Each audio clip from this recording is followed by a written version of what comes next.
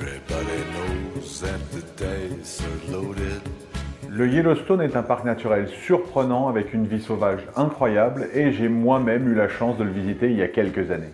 C'est un parc que vous visitez sans protection spéciale et on y trouve quand même en liberté des loups, des coyotes, des pumas et des ours. D'ailleurs, régulièrement, un petit malin pense qu'un grizzly c'est un ours en peluche et se fait tuer, voire dévorer. On y trouve aussi des sources d'eau chaude pleines de soufre et des geysers. Cela pour une raison simple, le Yellowstone est un super volcan. Alors le mot super a été utilisé à tort et à travers récemment, donc je vais être un peu plus précis. Le Vésuve qui a tant fait parler de lui en Italie a un cratère qui fait à peu près 2 fois la taille de la place de la Concorde à Paris. Le Yellowstone, lui, a un cratère qui fait à peu près les 3/4 de l'Île-de-France. Alors il est endormi depuis 640 000 ans, ce qui fait quand même un bail, et on pourrait se dire que du coup c'est cool, on n'a rien à craindre.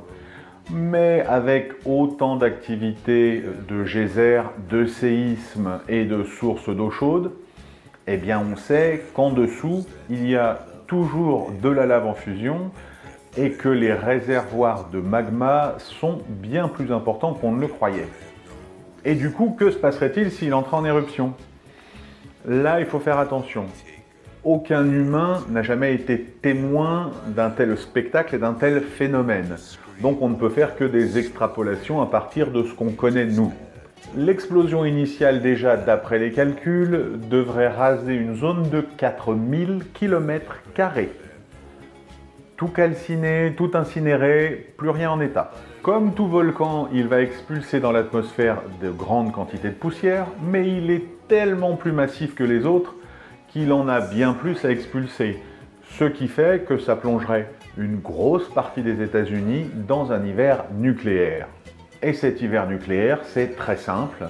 C'est quand les cendres dans l'atmosphère bloquent la lumière du soleil, ce qui veut dire qu'il y a abaissement de la température, ce qui veut dire qu'il n'y a plus de photosynthèse, donc les plantes ne poussent plus, les herbivores n'ont plus rien à manger et les carnivores n'ont du coup plus rien à manger.